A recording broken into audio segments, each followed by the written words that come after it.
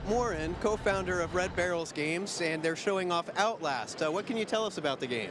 Well, Outlast is a survival horror game, going back to the roots, so there's no combat in the game. It's all about running and hiding, basically a stealth game in a horror context, and our goal is to scare the shit out of players. Yeah, we played the game yesterday, and I just wanted to let you know that you're responsible for me not sleeping at all last night. So you played the role of a journalist that's going into this asylum. What's wrong with him? Why would you go into an asylum?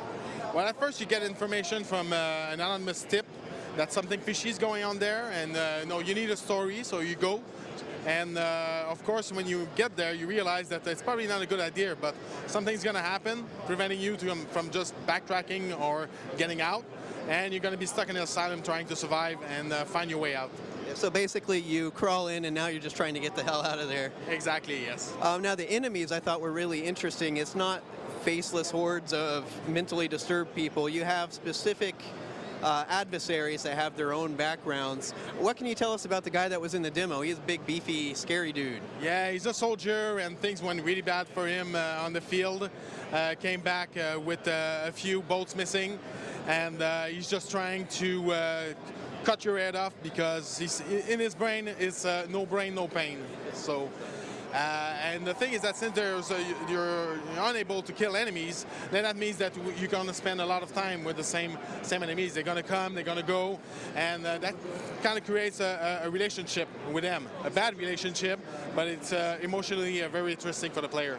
Now, what kind of research did you do? Did you talk to psychologists to get the kind of, because it's all based on, criminally insane, correct? Yes.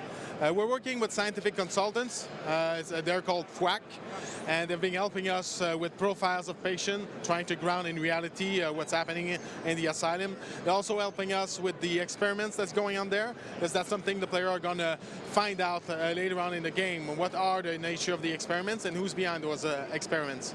I just hope when you're doing all your research you didn't come across my file in there. We'll talk after. The game's set in an asylum. Sometimes that's a very creepy setting, but things can tend to get kind of generic and plain. What did you do to keep the game visually interesting? Well, it's a big asylum, so there's going to be different buildings with very different themes to them, and also players are going to spend some time outside those buildings in the courtyard and even underground. So it's really, in terms of visual, but also in terms of pacing, you have to create a certain variety so that it doesn't become too predictable. And I guess the last thing, a lot of running and hiding and jumping. The free motion, it was kind of similar, not similar, but reminiscent to Mirror's Edge.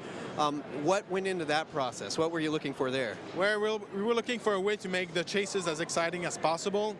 And we thought that being influenced by Mirror's Edge, having a body, feeling the weight, will help make the world feel more credible, more real.